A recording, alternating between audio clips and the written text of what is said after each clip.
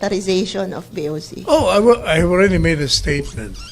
There are certain quarters raising the issue on unconstitutionality. But then again, as we said earlier, the provisions of the Constitution is very clear. One, it says civilian authority is supreme over the military, and the president precisely is the head of government, head of state. And so when he makes those orders, it's constitutional. Though there is a provision in the Constitution which says, specifically Article 16, if I'm not mistaken, Section 5, that no armed forces of the Philippines member can be appointed or designated. But the president is not appointing or designating any particular member of the armed forces. As we said earlier, these people will be there first to make their presence felt, to create the military presence that hopefully will intimidate those corrupt people there. Number two, to assist them.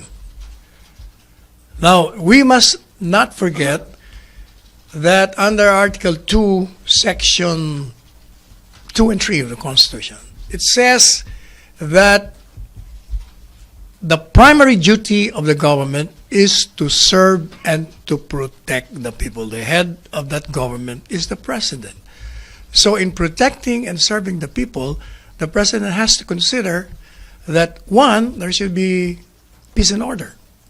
Number two, he should consider the general welfare of the people.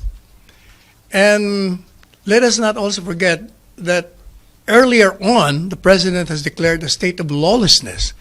And the provision of the Constitution says when there is lawless violence, then the president can call out the armed forces of the Philippines.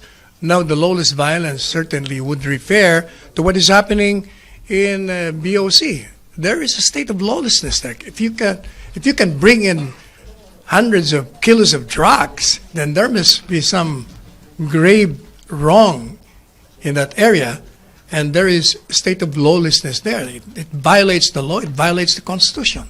Now, it endangers the security of our countrymen.